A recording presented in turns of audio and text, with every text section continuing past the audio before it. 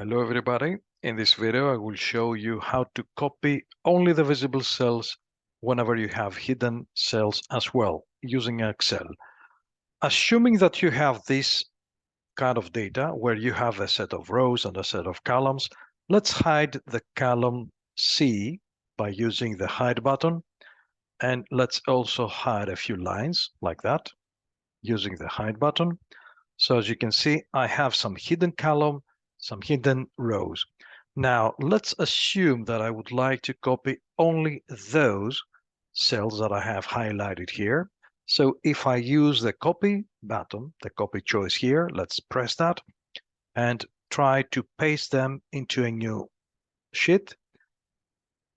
You will see that I have not only the visible cells, but the hidden cells as well. So what is the solution to that problem?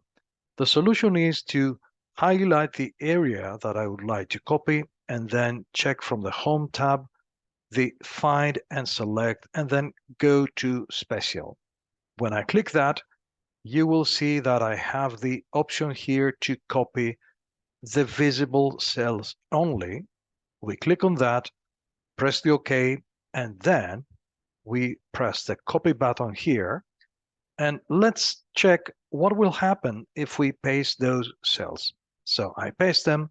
So you see that right now I have only the visible cells, the ones that I have selected, while in the previous case, I had only all the cells visible and hidden ones.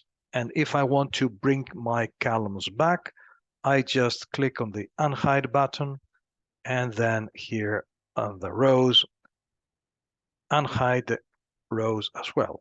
Okay, so as you can see, it is as if we have selected multiple areas here in our spreadsheet. I hope you enjoyed the video.